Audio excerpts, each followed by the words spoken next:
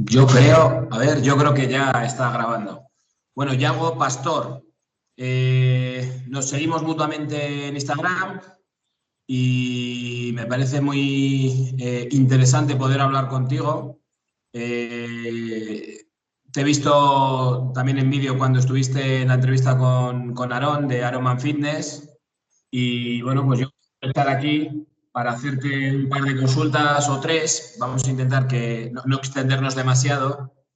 Y bueno, preséntate un poco para tienes tu perfil de Instagram, Yago Pastor. Tengo entendido que eres biólogo, pero te encanta la nutrición. Entonces, háblanos un poco de tu formación.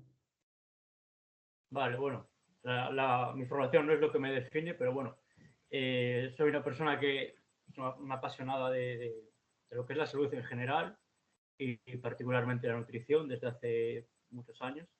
Y bueno, sí, soy biólogo de formación, lo cual me da pues, unas bases, ¿no? Me dio unas bases para luego, pues, por mi cuenta, pues seguir profundizando en temas que más me interesaban. Y bueno, la nutrición es uno de ellos, ¿no? La nutrición, salud en general, pero bueno, sobre todo nutrición, digamos, podría decir que es mi pasión, pero al mismo tiempo mi especialidad, ¿no? A lo que más tiempo he dedicado, y al final lo que más tiempo dedicas es de lo que más acabas controlando, ¿no? Y suele ser tu pasión. Y nada, sí, tengo un perfil de Instagram, un humilde perfil de Instagram en el cual, pues bueno, llevo como un año más o menos divulgando y bueno, ahí voy subiendo cosillas, más que nada lo que me apetece, sin más, para quien le interese. Nutrición a nivel profesional, ¿Cómo? que si profesionalmente te dedicas a la nutrición. Sí, bueno, soy técnico superior en dietética también, que no lo he dicho. Pero bueno, eso vino después, ¿no? Porque, bueno, más que nada quería, pues eso, un sustento legal, ¿no? Ya sabes que bueno, para ejercer en este campo tienes que tener o bien la carrera de nutrición humana y dietética o bien el TSD o ser médico endocrino. Entonces, bueno, opté por el TSD y nada, pues sí, estamos ahí arrancando y bueno, tratando de hacer de mi Fenomenal. pasión tratando de hacer de mi pasión mi profesión, ¿no? Como se suele decir. Eso es una maravilla. Lograrlo es, para mí, uno de los fundamentos de poder tener un estatus de bienestar, ¿no? Dedicar gran parte de tu día, que viene a significar gran parte de tu vida, a algo que te gusta y apasiona, y de alguna manera también el hecho de trabajar con gente, seguro que esa experiencia no está ni en los papers ni está en los estudios, sino que vas ganando tú una sensibilidad especial para trabajar con las personas a nivel de nutrición. Después yo, por lo que te sigo en tu perfil, veo que eres una persona, eres un atleta, o sea que tu forma física también la cuidas, entonces no sé si el tema de la nutrición vino porque te gusta el tema del fitness o no sé de dónde surge tu interés por la nutrición.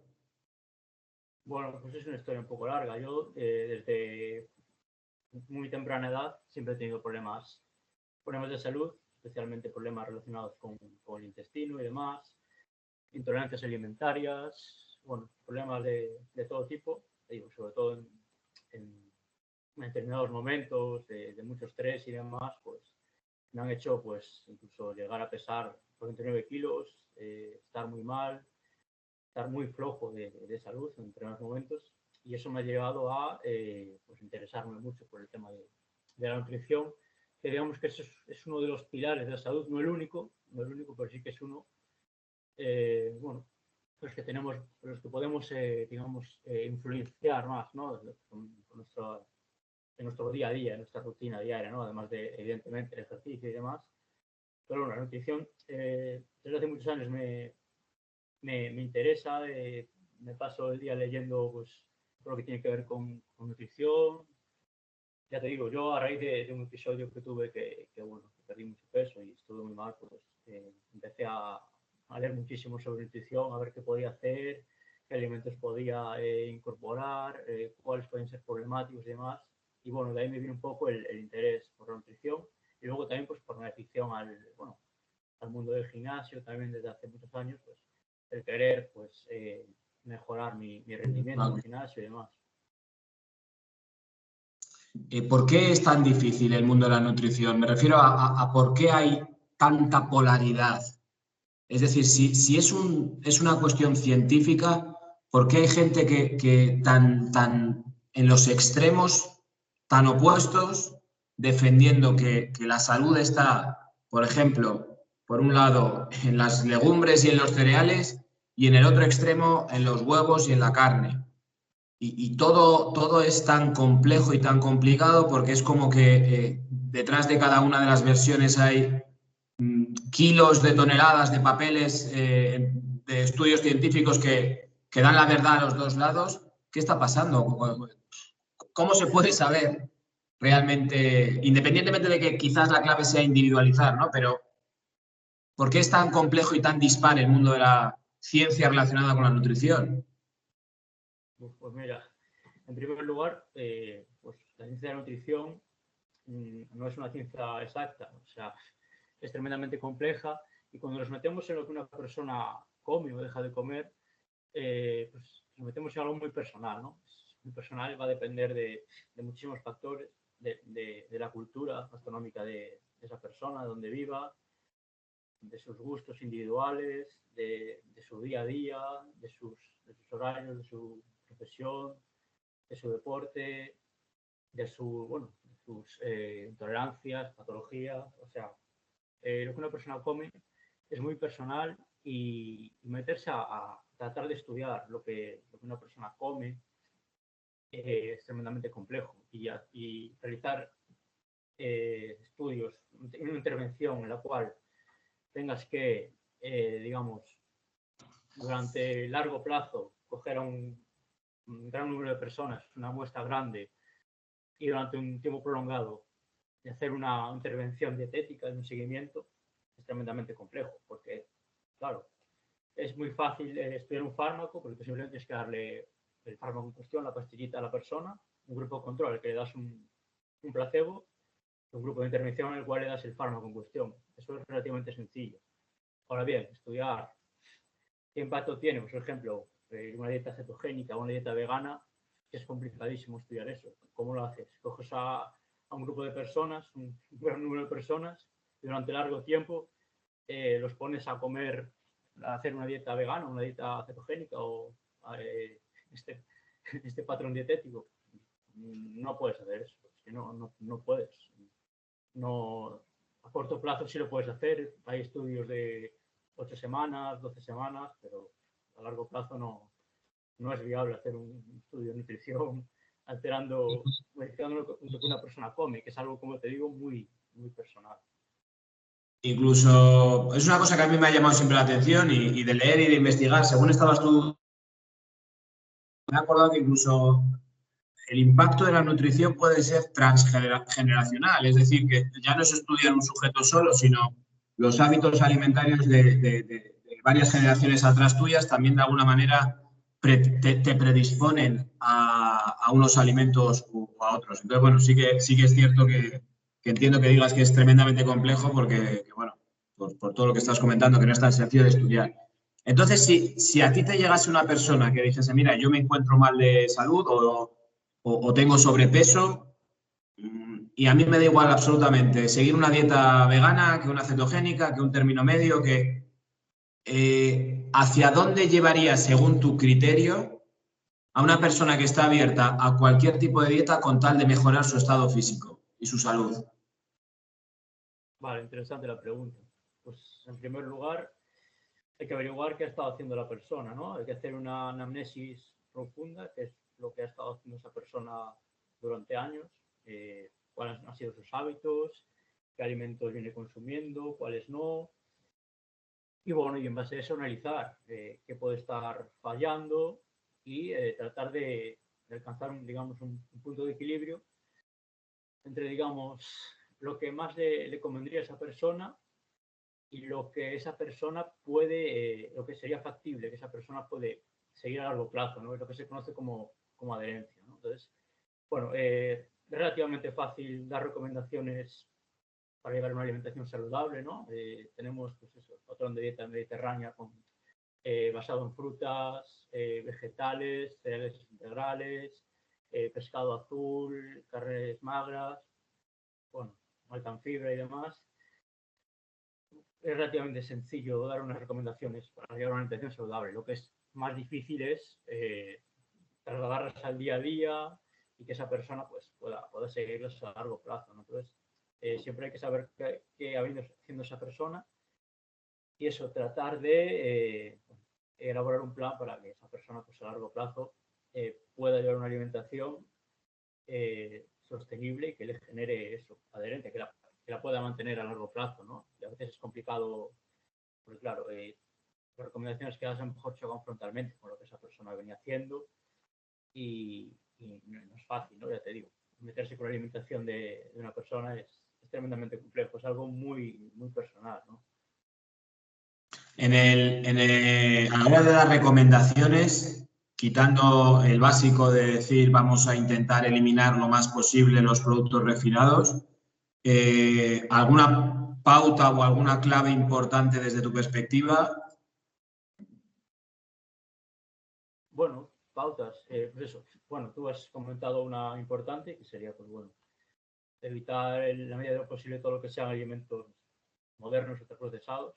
Son alimentos básicamente que se caracterizan por ser altos en azúcares simples y en grasas, una combinación que no encontramos nunca en la naturaleza ni a lo largo de nuestra historia evolutiva y que, digamos, sabotean todos nuestros, son, bueno, receptores del sabor, son hiperpalatables y no podemos dejar de comerlos, son un gran problema para muchas personas, sobre todo gente que bueno, que personas con obesidad se ha visto que son más susceptibles a buscar placer en los alimentos y tienen una mayor respuesta a nivel hedónico, el cerebral tiene una mayor respuesta a este tipo de alimentos y no, o sea, le resulta muy difícil dejar de consumirlos.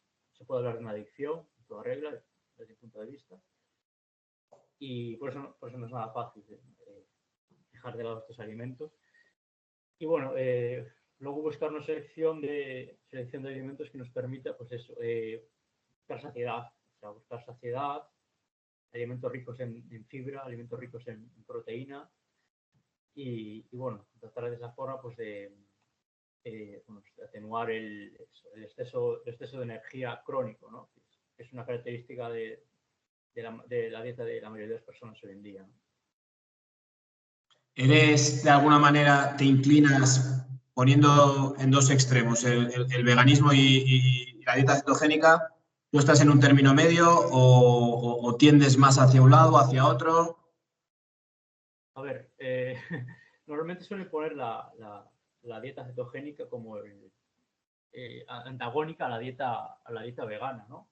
En redes sociales vemos siempre dieta cetogénica y la asociamos con una dieta rica en alimentos de origen animal, muchos huevos, bacon, chuletones, pero realmente hoy en día es factible plantear una Sí. dieta vegana o vegetariana, pues que sea cetogénica también, es posible hacerlo. Entonces, lo que va a determinar al final la dieta cetogénica se va a caracterizar por provocar una cetosis, no tanto que los alimentos sean de origen animal o vegetal, ¿no? Eso es algo que hay que señalar, ¿no? Que mucha gente se confunde. Yo no me decanto por una dieta vegana, pero tampoco una dieta cetogénica, desde luego. O sea, yo soy defensor de una dieta omnívora. Sí que es cierto que suele haber un desbalance entre el consumo de alimentos de origen animal y grasas de origen animal. Entonces, bueno, sí que soy partidario de normalmente introducir alimentos de origen vegetal, sobre todo legumbres, que se suelen dejar muy de lado, pero para nada soy parte de una dieta vegana. Creo que alimentos de origen animal son muy densos en nutrientes, de fácil asimilación y creo que tiene muchas ventajas con respecto a una dieta únicamente vegana. Yo de hace como un año aproximadamente, año y medio, que empecé a leer un poquito más sobre dieta cetogénica como tal, sí que es verdad que si queremos entrar en un poquito más de profundidad, es verdad que yo que esté en déficit calórico, por necesidad los tiene que crear. Entonces, bueno, es verdad que es muy difícil definir lo que es una dieta cetogénica estrictamente con carnes. Es verdad que también se puede conseguir, aunque es más difícil quizás, con alimentos de origen vegetal. Pero sí que es verdad que cuando empecé iba a decir estudiar, quizás leer y oír más sobre dieta cetogénica y el porqué de ese tipo de dieta, empecé a ganar un poquito de miedo a los carbohidratos. Ya no solamente por el hecho de que pensar simplemente que no es que los carbohidratos engordan, que no es así, sino por el daño que pueden producir la ingesta continua y diaria de carbohidratos a nivel de los intestinos y a nivel de crear poco a poco una resistencia a la insulina. Entonces, sí que le he cogido un poquito de miedo a lo que pueden ser, por ejemplo, un alimento que yo de toda la vida siempre he consumido, que ha sido el arroz.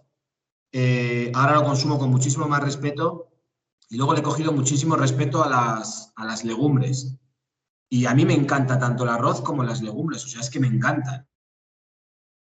La aprensión por ese miedo que le he ido cogiendo a dañarme poco a poco los intestinos y sobre todo también al tema de la resistencia a la insulina y al estar constantemente, mi madre es prediabética y eso ya todavía ha acentuado más el miedo que tengo, ¿no? Por si tengo algún tipo de predisposición, pero el hecho de estar constantemente segregando insulina y demás. Entonces, me encantaría que alguien con conocimiento me quitase el miedo o me plantease cómo me puedo acercar a los carbohidratos sin perjudicar a la larga mi salud. Vale, pues el miedo a los carbohidratos, bueno, es un tema que da pasa mucho. Hoy en día en redes sociales, ¿qué pasa? Bueno, se está divulgando muy mal, ¿no? Y se está creando pues una carbofobia, ¿no? Miedo a los hidratos de carbono. Y bueno, se hacen afirmaciones como que los hidratos de carbono son los responsables de la epidemia de obesidad, que generan resistencia a la insulina. Bueno, se habla en el tema de las legumbres, se habla de que, bueno, tienen antinutrientes. Vale, a ver. Digamos que en Instagram lo que se busca es, para dar notoriedad, ¿no? Es polarizar. Entonces, bueno, pues, un discurso moderado, pues, en el cual, pues, digamos... No vende. Sí, básicamente el discurso moderado no vende, ¿vale? Entonces, lo que buscan muchos influencers, gurús, pues bueno, es crear miedo, alarma en torno a algo, en este caso, pues en el eje de los hidratos de carbono. Y bueno, proliferan cuentas, perfiles de Instagram en los cuales pues se hace apología de la dieta cetogénica, como que es la dieta original del ser humano, que bueno, te hace desarrollar todo tu potencial como ser humano, los genes ancestrales, bueno, un discurso que bueno, te llama mucho la atención, ¿no? Que eso, la gente se queda flipando y bueno, atrae a mucha gente y de hecho pues, este tipo de discursos suelen tener detrás a muchos seguidores, ¿no? Vale, bueno, pues a mí me hace mucha gracia pues cuando la gente dice que yo hice una dieta cetogénica, eliminé todos los carbohidratos y adelgacé, perdí peso, etcétera, etcétera. Bueno, un montón de beneficios. Ok, vale, pero ¿han sido los hidratos de carbono per se o ha sido dejar de comer toda la mierda que comes antes? Porque claro, tenemos a personas, esta frase la dicen, creo que es de Ismael Galancho, que tenemos a personas sedentarias, obesas, consumiendo dietas con un nivel de hidratos de carbono de deportistas de élite.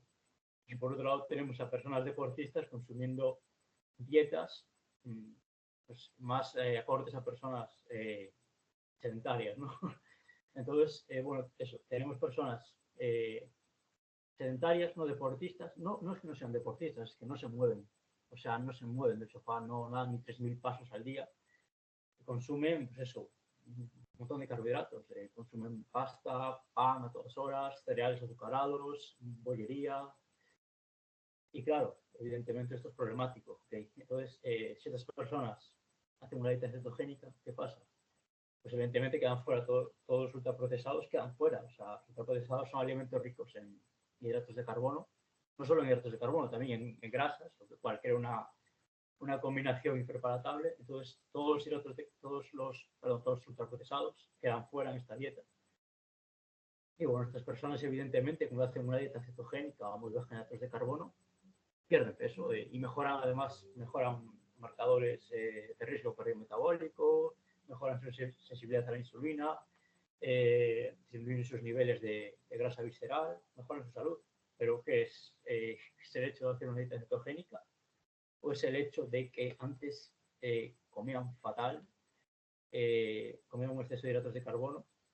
Y ahora, pues bueno, al hacer una dieta cetogénica, pues parte del problema se ha solucionado, que quedan fuera todos los productos ultraprocesados. Ese es el motivo por el cual pierden peso. De ahí a declarar la guerra a los hidratos de carbono, a las legumbres, a la fruta, pues no tiene sentido esto, ¿no? Y bueno, el consumo de legumbres, bueno, el tema de los antinutrientes que comentabas, ¿no? Bueno, pues sí que es verdad que en un principio los estudios encontraron determinadas componentes en las legumbres que veían que interferían con la absorción de algunos minerales, como el hierro y otros minerales, ¿no? Entonces se les acudió con ese nombre, ¿no? Antinutrientes, ¿no? Porque impedían, digamos, de algún modo la absorción de algunos nutrientes.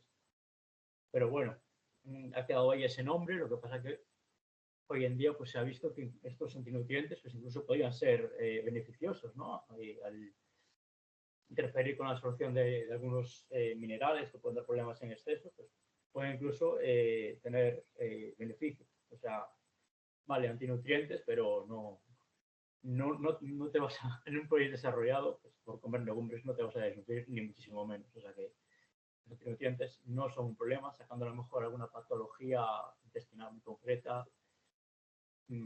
Para la población general no son un problema. Los antinutrientes que pueda haber en las legumbres, en los vegetales, no son problemáticos. O sea, y las legumbres y los cereales no son quizás los alimentos que más, entre comillas, vamos a usar la palabra, daño hacen a los intestinos a nivel de generar permeabilidad a la larga.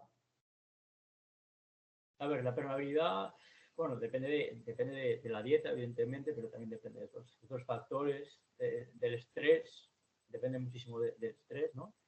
Bueno, al activarse el eje de estrés, la liberación de cortisol, otras hormonas, pues, se ha visto que provoca que se abran los uniones estrechas que hay entre las células del intestino, que se abran, básicamente, eso es lo que es la permeabilidad intestinal, ¿no? Que se abran brechas, digamos, en el intestino y que puedan pasar componentes del alimento, o sea, toxinas y demás, pueden pasar al torrente sanguíneo y provocar pues, activación de las células inmunitarias que están ahí en el intestino, inflamación, y se genera un bucle, ¿no?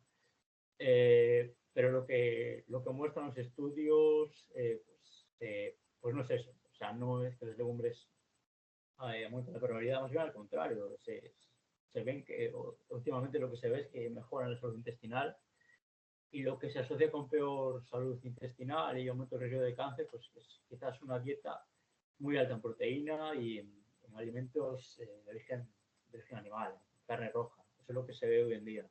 Entonces, bueno, todo esto de que los cereales, las legumbres, pues aumentan provocan problemas intestinales, pues, como que no, sacando algunas patologías y brotes en los que sí que habría que retirar por el tema de los FODMAPs. Bueno, son básicamente fibras que fermentan en el intestino, que pueden provocar gases, inflamación, sobrecrecimiento bacteriano y demás. Pues, sacando esos casos que no provocan mayores problemas. A la hora de hablar de esto que estabas comentando de las carnes que pueden generar problemas más que quizás las legumbres o los cereales, ¿crees que esas carnes de las que estamos hablando, porque como yo leo mucho del tema cetogénico, diferencian muchísimo carne de pasto y carne de animales criados en situaciones de estrés y grado intensivo y demás, porque de alguna manera las ratios por ejemplo, de omega 6, omega 3 en esos animales es distinto, en esas carnes es distinto. ¿Puede ser que esos estudios hechos con alimentos de origen animal estén de alguna manera sesgados porque no sean realmente, porque esta gente da muchísima importancia a que sean animales de pasto? Quizás vaya por ahí la cuestión, o es independiente, o a lo mejor quizás no lo sabes, que te he hecho una pregunta muy concreta. Sí, bueno, se está debatiendo, últimamente estoy leyendo bastante sobre el tema, pero bueno, no está nada claro. Bueno, no creo que en los estudios utilicen carne de pasto, entonces, bueno, habría que verlo, ¿no? Habría que hacer estudios en los cuales pues, se consume, un grupo consume carne de pasto y animales criados de forma orgánica, bio, y otro grupo consume carne, pues, carne convencional, de animales estabulados y demás, habría que ver. Habría que En ver. principio, claro, en principio, pues bueno, es preferible carne siempre de pasto por el perfil que va a tener de ácidos grasos, ¿no? Un animal que ha sido cebado pues, con cereales, con soja, con maíz, etcétera, va a tener un perfil de ácidos grasos más rico en omega 6, lo cual es proinflamatorio. Y por el contrario, un animal que ha comido, pues, un cerdo que ha comido bellotas o bueno, una vaca que se ha alimentado de pasto, básicamente pues, va a tener un perfil más interesante, va a tener ácido neoleico conjugado, ácidos grasos monoinsaturados, mayor cantidad de omega 3, va a ser más interesante. Bueno, habría que verlo, pero bueno, tampoco te sabría responder eso. Estoy ahora, yo creo que seguimos ambos a un perfil de Instagram de, ¿cómo es? Ansel Case Legacy o algo así puede ser. Sí, sí. Que el hombre es muy cañero Tiene muchos años, sí. y no sé si es ese perfil o qué perfil es que está empezando a colgar estudios relacionados con el pescado.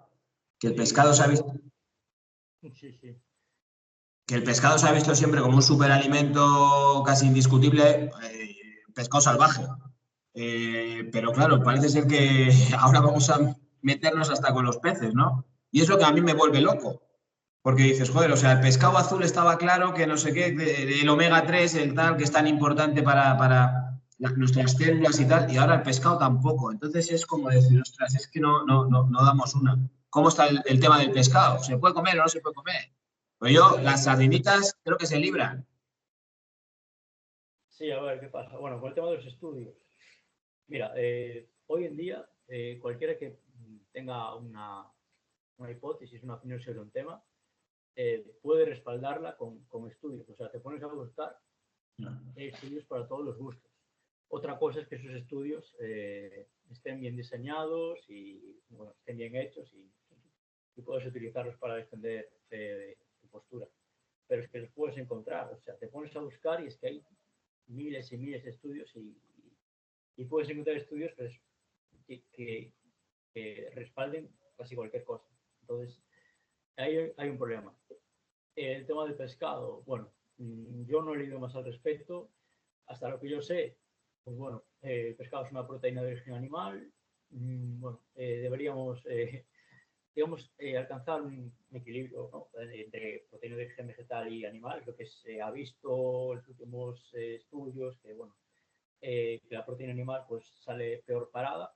Pero bueno, yo lo veo como un alimento saludable y además lo que tú comentabas de que el pescado pues, es salvaje, bueno, cada vez tenemos más pescado que es de cría, de piscifactoría, pero digamos que es factible consumir animales salvajes del mar hoy en día. De tierra es más complicado encontrar una ternera, un cerdo de pasto salvaje, o sea, salvaje imposible. Pero quiero decir que pescado sí que es posible consumir a día de hoy pescado salvaje.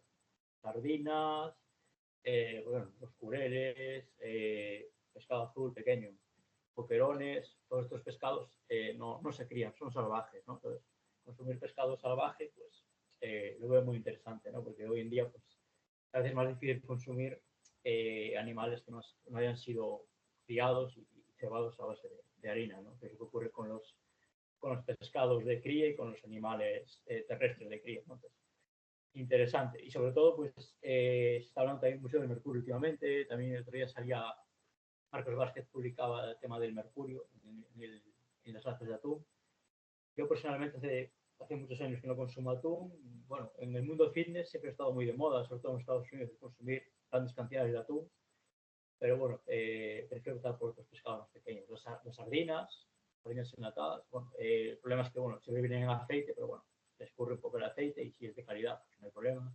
Sardinas, caballa, este tipo de pescados pequeños, apenas van a acumular mercurio.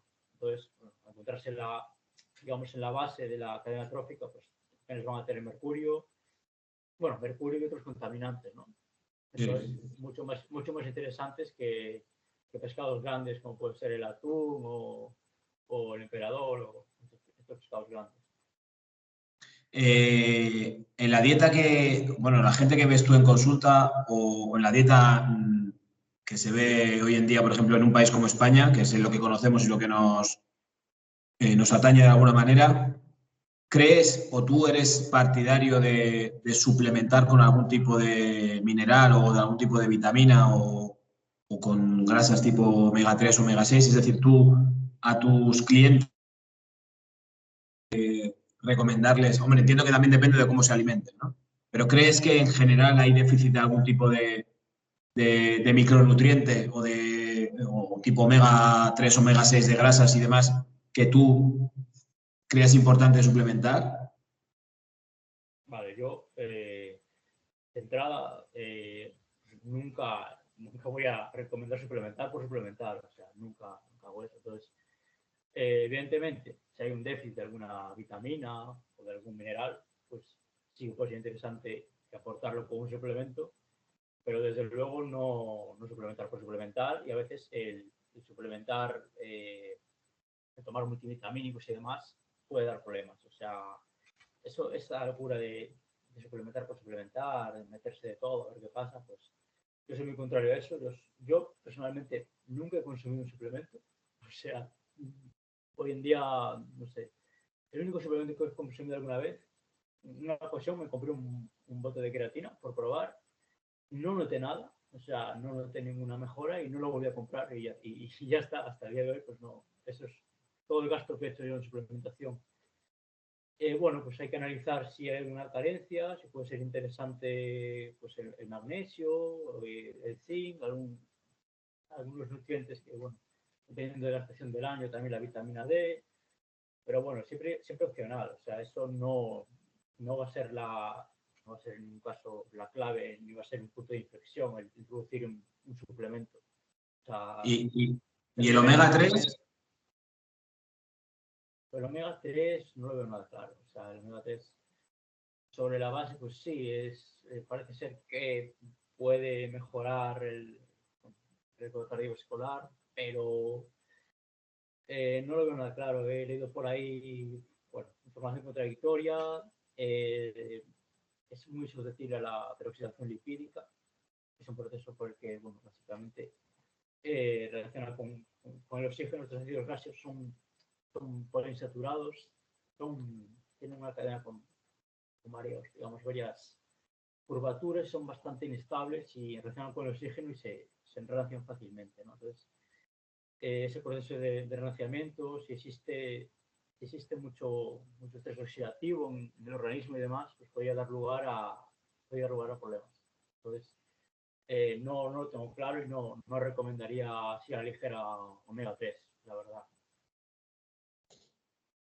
Es curioso, ¿eh? Porque yo, vamos, por lo que ya te digo, la información que tengo, porque yo no quiero usar el término estudiar, por ejemplo, concretamente el omega 3, es una cosa que yo siempre le he dado como importancia, ¿no? Porque vivimos como una sociedad en el que la ratio tira mucho al omega 6 y creo que es importante compensarlo por ya los procesos inflamatorios y también porque, por el tema de la membrana celular y la competencia que tienen y cómo uno es proinflamatorio, que es necesario, insisto, y demás. Yo concretamente con lo único que me suplemento a día de hoy es con el omega 3.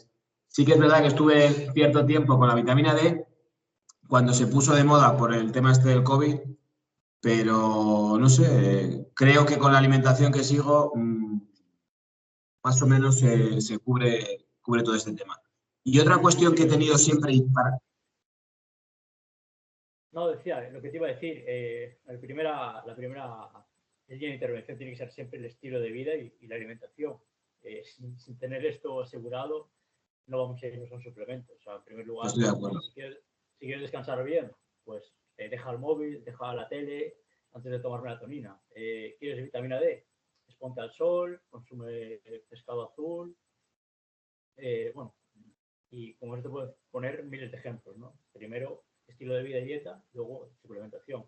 Y la información que nos llega de suplementación hoy en día de redes sociales, pues viene de la mano de personas que venden suplementos y de las propias empresas de suplementación. Entonces siempre hay que ser escéptico, ¿no?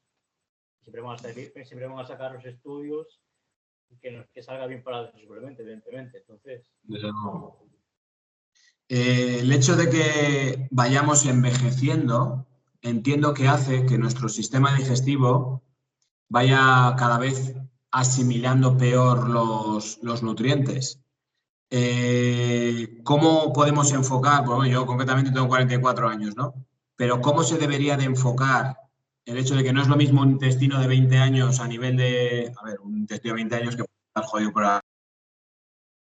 un intestino de una persona joven, la capacidad que tiene una persona joven de asimilar nutrientes frente a una persona de 40 y pico o una persona como mi padre de 80? Entiendo que a la hora de comer el mismo alimento no llega igualmente los nutrientes al cuerpo, ¿no?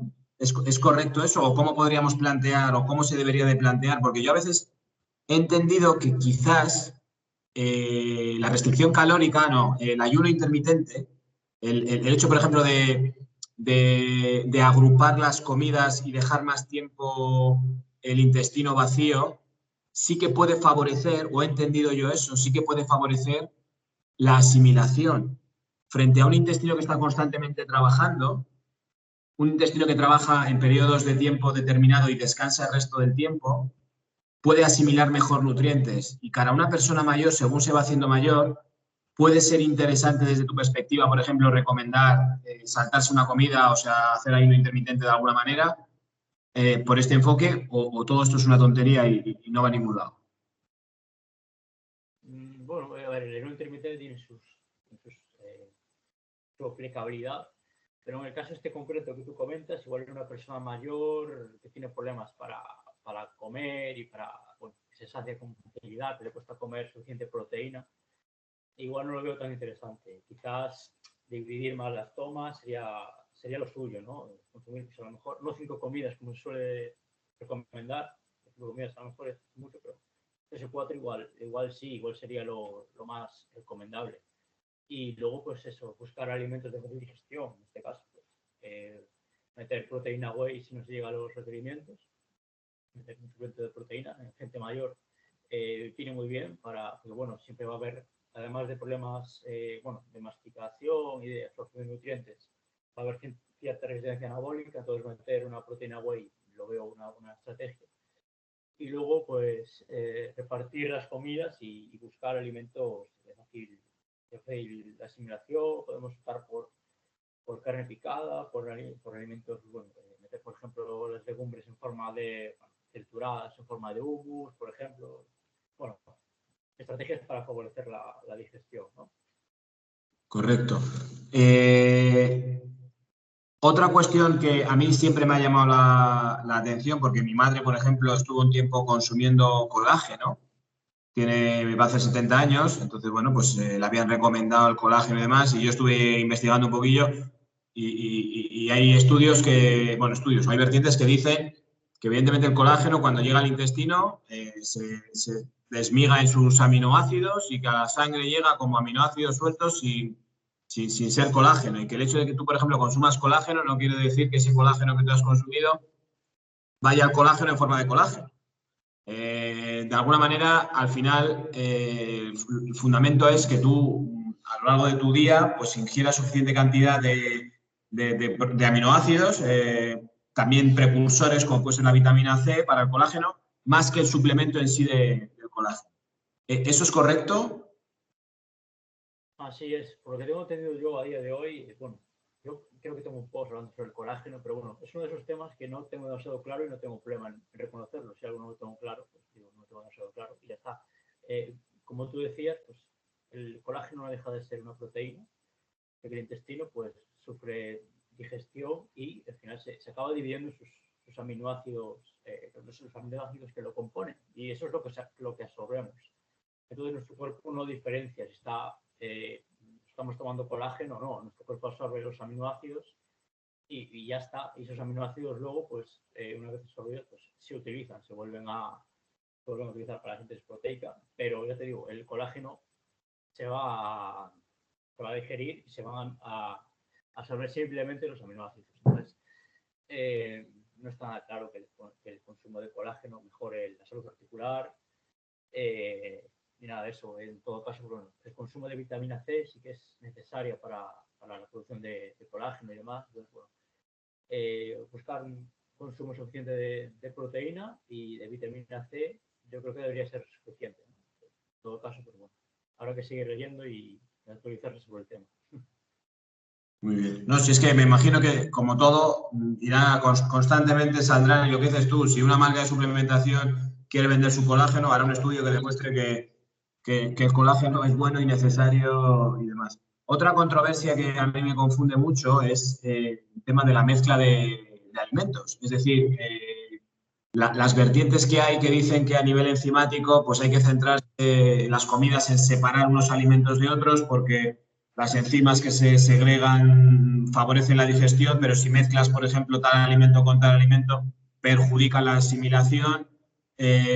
¿Cómo funciona ese tema realmente? Es decir, ¿da igual las mezclas que tú hagas o para asimilar mejor los alimentos y evitar problemas intestinales es mejor agruparlos de alguna manera determinada? Pues sí, bueno, hace poco me pareció ver un post que trataba el tema, un influencer que hablaba sobre esto, bueno, en función del pH, del estómago y demás, que, bueno, que había alimentos que era mejor separar, ¿no? Hasta lo que yo sé y la evidencia científica no apoya esto, o sea, es decir, nosotros hay que tener en cuenta que hemos sobrevivido en un ambiente de gran escasez y, bueno, esto de separar los alimentos para asimilarlos mejor y demás, pues no le veo yo demasiado sentido porque, bueno, al final nosotros podemos digerir una amplia gama de alimentos como omnívoros que somos y no, ya te digo, no he encontrado un soporte ni una evidencia científica al respecto que apoye estas hipótesis, ¿no? Estas corrientes. La O sea, verdad es que no es algo importante no, hasta donde tú conoces. en todo caso, si no, las diferencias no serían, o sea, no te va a cambiar la vida el hecho de comer primero, yo qué sé, las frutas y luego la carne, no. O sea, no, Y tú eres no es algo partidario relevante. de en cada una de las ingestas que realices al día, ya sean tres, sean cinco, sea una o sea dos, lo que sea, intentar que en cada ingesta haya hidratos, haya proteínas y haya grasas, o a nivel de macronutrientes sí que crees que es más interesante separarlo, o también da igual. No, es irrelevante. O sea, hasta lo que yo sé es totalmente irrelevante, ¿no? Sí que es cierto que, bueno, en algunos contextos es preferible, pues eso, bueno, quizás meter primero alimentos ricos en fibra o proteína para atenuar un poco el impacto glucémico y demás. Así que se ha visto que, bueno, que nosotros primero tenemos una primera respuesta de la insulina y lo que se ha visto le llaman el efecto de la segunda comida. Nosotros cuando consumimos una segunda comida, pues la respuesta insulínica es mejor, ¿no? Entonces, es interesante, pues quizás producir primero alimentos ricos en fibra o proteína, porque lo que se ha visto es que introducir una pequeña cantidad de comida primero y después introducir hidratos de carbono tipo arroz o tipo pan, pues lo que hace es que mejora la respuesta insulínica y, bueno, la tolerancia, digamos, de esos hidratos de carbono. Se van a asimilar mejor esos carbohidratos, ¿no? Si nosotros primero metemos una pequeña ingesta de proteína o de vegetales, como se suele hacer a lo mejor una comida, meter primero una ensalada, por ejemplo, o vegetales, y luego voy a ingerir los hidratos de carbono. Pues eso se ha visto que, por ejemplo, pues que mejora mejora la respuesta insulínica, ¿no? Pero bueno, esto tampoco es algo relevante, no es algo que la población general pues, que le vaya a suponer una gran diferencia, ¿no? Entonces, bueno, pequeños detalles, ¿no? Y un tema un poco delicado hoy en día y que creo que va a dar mucho que hablar, porque, bueno, pues quizás también dentro de esa radicalización que decías tú y ese llamar la atención que decías tú al principio, el tema de la fruta, porque está dando mucho que hablar y la fruta que ha sido como uno de los alimentos que nadie ha puesto en duda de que es muy bueno, ahora para algunos es simplemente el dulce que ofrece la naturaleza y poco más. ¿Cómo ves tú o cómo enfocas tú el tema del consumo de fruta? Sí, bueno, la fruta, a ver, la fruta es un alimento muy saciante, es muy interesante por eso. Y aparte, bueno, aporta fibra de tipo soluble, sobre todo, que bueno, que hemos visto que, bueno, de cara a tener una microbiota saludable es interesante. Y luego, pues bueno, aporta pequeñas cantidades de azúcares, que bueno, pues no debería ser un problema, ¿no? Una persona con un estilo de vida activo y demás, pues no debería preocuparse por el azúcar que contiene la fruta, ni por la fructosa. O sea, toda esta, bueno, esta redada antifruta, pues un poco con el tema de los carbohidratos, pues no tiene demasiado sentido. Lo que sí que es un error que a veces se escucha mucho, ¿no? 5 raciones de frutas y verduras, ¿no? Seguramente lo vas a oír, que hay que consumir 5 raciones de frutas y verduras y digamos que ponen al mismo nivel que son las verduras, las hortalizas, ¿no? Con la fruta. Y no debería ser así, ¿no? Porque, por ejemplo, consumir unas espinacas, unas acelgas, no es lo mismo que comerte un plátano, una manzana, ¿no? Entonces eso debería saber la gente, ¿no? No tiene el mismo aporte de hidratos de carbono. Una fruta, un plátano, una manzana, un melocotón que pues, es un brócoli, es diferente. Entonces, bueno, lo que no se puede es equiparar frutas y verduras, ¿no?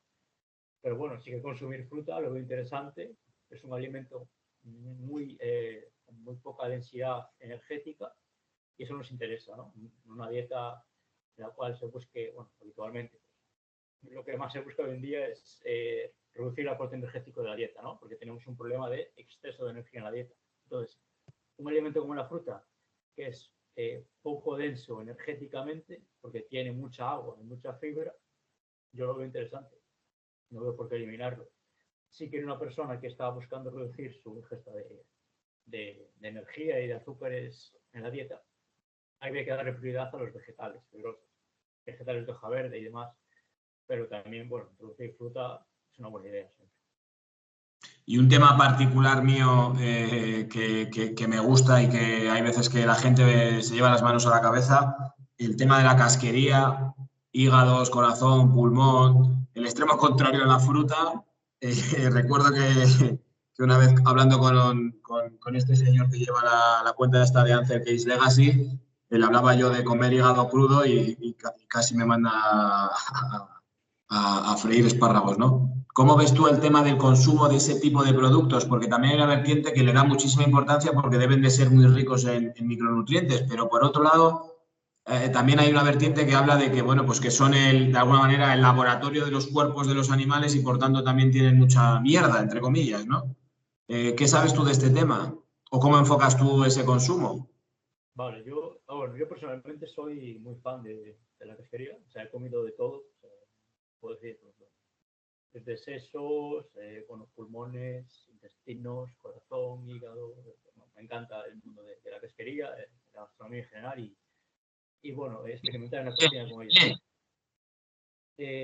Bueno, ¿qué tengo que decir al respecto? Pues que lo que tú decías, son muy densos en nutrientes, muy densos en nutrientes y además contienen un perfil de aminoácidos distinto al del tejido muscular, que es el que comemos habitualmente, ¿no? La gente habitualmente pues, come el músculo únicamente, el músculo del animal. Y se deja, pues, más de la mitad del animal, pues al final son huesos, vísceras, etcétera, ¿no? Entonces, bueno, desde un punto de vista ambiental también es interesante considerar el consumir el animal entero, ¿no? Porque se habla mucho de reducir el consumo de carne y demás, pero se habla poco de esto, de consumir las vísceras y demás para aprovechar más los animales, ¿no? Y son una fuente de nutrientes muy, muy densa, ¿no? Y pues lo veo interesante, pues dos veces por semana introducir, por ejemplo, hígado. Aunque es verdad que el hígado, pues mucha gente no o lo ama o lo odia, ¿no? Mucha gente no le gusta. Y bueno, pues más. Yo lo que recomiendo es el corazón, porque bueno, el corazón al final deja de ser un músculo y a nivel gustativo, de sabor, yo apenas noto la diferencia. O sea, te comes un corazón y la verdad que es como estar comiendo carne y además está muy bueno, no tiene ese sabor metálico que tiene el hígado. En cuanto a tema bueno, decías tú de acumulación de toxinas y demás, bueno, siempre y cuando se hagan buenas prácticas, no debería aparecer ningún fármaco ni toxicidad en el hígado, ¿no? Tiene que dejar un tiempo prudencial. Una vez que un animal consume un fármaco, hay que dejar un tiempo prudencial para que, bueno, que se metabolice, que se excrete, que se elimine. Entonces, bueno, en principio no debería ser un problema, pero bueno, ya sabemos cómo funcionan las cosas y quizás sí, quizás el hígado, riñones, todos estos órganos, pues quizás tengan como más toxinas que el músculo. Eso sería un punto negativo. El punto negativo. A la hora de la preparación, de la cocción o del preparado de, por ejemplo, las vísceras o en general de los alimentos, ¿tú das algún tipo de consejo a la gente? Me refiero, por ejemplo, yo de hace un tiempo para acá con el hígado intentando preservar los nutrientes que tiene, aunque me gusta más pasado por la sartén, lo cuezo. Entonces, no me desagrada el sabor para nada, pero tengo entendido que de esta manera se conservan mejor los nutrientes. Tú a la hora de preparar en general las comidas o en concreto las vísceras, ¿tienes algún tipo de pauta? No, bueno, en general, a ver, en el caso de las vísceras hay que tener cuidado por el tema bueno, tema microbiológico, que son alimentos que pueden ser un problema desde el punto de vista de la seguridad alimentaria. Entonces, hay que cocinarlos bien. O sea, no recomiendo consumirlos crudos precisamente. Pero el tema de la cocción, bueno, si te refieres a la cocción en agua, Sí. lo que tengo entendido no creo que sea lo más interesante por el tema de que, bueno, los nutrientes al final, al cocerlos en agua, pues pueden quedar parte de ellos en el agua de cocción. En agua. Bueno, quizás veo más interesante una preparación a la plancha que una cocción, ¿no? Y sobre todo, bueno, sobre todo en los vegetales, pues, cuanto menos agua, mejor, para evitar eso, la pérdida de nutrientes en el agua, de vitaminas hidrosolubles y cocciones poco prolongadas. O sea, eso de cocer muchas veces el brócoli media hora, sumergirlo en agua y cocerlo media hora no es una buena práctica. Yeah. Y eso aplica a muchos alimentos, ¿no? Y al final, cuanto más minimalista sea la práctica culinaria, yo creo que mejor, siempre y cuando cocinemos bien el alimento, como puede ser en el caso de las vísceras, para evitar problemas, ¿no? Pero bueno, sobre todo yo haría hincapié en el tema de los vegetales, que la mayoría de la gente los cocina muy mal y eso hace que, bueno, mucha gente no le gusten, le tengan cogido manía, porque todo el mundo de pequeñito le ponían el brócoli o las judías sobrecocidas media hora y eso no tenía ni textura, ni sabor, ni color, ni nada, y le coges manía. Y si los cocinas bien, si los cocinas, bueno, un pequeño salteado al wok o una cocción breve, pues gustativamente y nutricionalmente mejoran sobremanera. Yo he descubierto en el tema de los vegetales, nos regalaron una máquina de cocción a vapor, sin contacto con el agua, y a mí al menos a nivel de sabor me gusta más que cocido. Y la verdad es que queda bien y entiendo que al vapor será mejor que en agua. Claro, ideal, porque bueno, es lo que tú dices, a nivel gustativo mejora la textura y el sabor y aparte se mantienen más los nutrientes, que es interesante. Entonces, salimos ganando por todas partes. Yo trabajo en un colegio con niños, yo soy profe. Si tuvieras en estos, a ver si en 2 minutos nos da tiempo a hacerlo para no pasarnos de la hora. Si tú tuvieras que dar una charla a los padres, a ver, partiendo de que les quitamos los donuts y la bollería, ¿qué pautas les darías en 2 minutos a los padres? Que de alguna manera quizás yo se lo pueda trasladar. Va complicado, pero bueno, me parece interesante que se involucren en la preparación de la comida y en la compra también. Me parece interesante, ¿no? Llevarlos a la compra, si puede ser un mercado, y no sé, pues enseñarle estos son los alimentos, porque a lo mejor hay niños que no saben, no sé, nunca han visto los alimentos en el mercado, de dónde vienen y tal. Pues enseñarles los alimentos en sitio en el mercado, que los elijan ellos si puede ser. Y bueno, pues que al llegar a casa que si pueden implicar ellos en cocinarlos, seguramente pues se los coman, pero se los coman con más interés, ¿no? Pues si los involucras en el proceso, pues probablemente pues tengan más interés en probar nuevos alimentos y demás. Y bueno, y de paso pues dejan de lado pues otros alimentos ya preparados y menos interesantes. Entonces, tengo que involucrarse en el proceso de compra y de Puede ser elaboración interesante. es muy interesante. Yo creo que más que Y darles la chapa con hay que comer esto, lo otro y tal, pues involucrarlos en el proceso de elaboración de los alimentos, que al final si cocinas, por el simple hecho de cocinar ya vas a comer mejor, porque al final pues, ya. te queda... ¿Y qué le dirías a unos padres que están preocupados por... Perdón, que se me acaba de cortar el audio. A ver, ¿me oyes ahora? Sí, sí.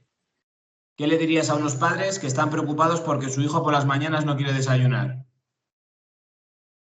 Wow, que no lo pueden desayunar. O sea, a mí de pequeñito, pues es típico. Yo me levantaba, no tenía hambre, me forzaba a desayunar y era lo peor. O sea, comer sin hambre es el peor error, yo creo, uno de los mayores errores que cometemos hoy en día. Si no tiene hambre en el momento de levantarse por la mañana, normal, ya comerá más adelante no hay ningún problema, salvo casos de inanición, de problemas de extremo bajo peso, pues no pasa nada. Bueno, pues Yago, muchísimas gracias. Llevamos casi una horita hablando, 56 minutos pone aquí. Súper, súper interesante. Para mí ha sido Se han una pasado oportunidad volando.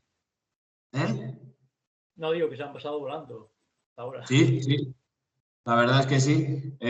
Gracias por darme la oportunidad de preguntarte estas cosas y de aclarar un poco mis ideas. Y bueno, me enfrentaré a las legumbres y a los cereales ahora con una perspectiva más relajada. Tu cuenta yo se la recomiendo a todo el mundo. Yo te voy a ser sincero en una cosa y es una crítica completamente positiva. Yo, si no tengo las gafas, igual me pasa con la cuenta de Ansel Case. Me cuesta horrores leer los posts de Instagram, pero si alguno me interesa mucho lo voy ampliando y demás. Son, tanto la tuya como la de este hombre son oro puro, porque dais en la clave y además explicáis las cosas muy bien, entonces yo se las recomiendo a todo el mundo. ¿Tu cuenta es Yago Pastor directamente o cómo te pueden encontrar? Sí, Iago Pastor en Instagram, ahí estoy, bueno, Dando explicando caña. y sí, lo que me gusta. Fenomenal. Y nada, pues Pues, bueno, pues muchas gracias, Riva, porque ha sido una charla la que he estado muy a gusto y joder, pues muchas gracias por este ratito. pues seguro que toda la gente, todos los titanes van a agradecer esta información y muchas veces también el hablar de temas da para pensar y que la gente empiece a investigar por su cuenta y demás. El trabajo está hecho y de nuevo, pues muchísimas gracias por este rato. A ti, Nima, un Perdón, placer. un saludo. Un saludo a todos los titanes. Ahí, ahí.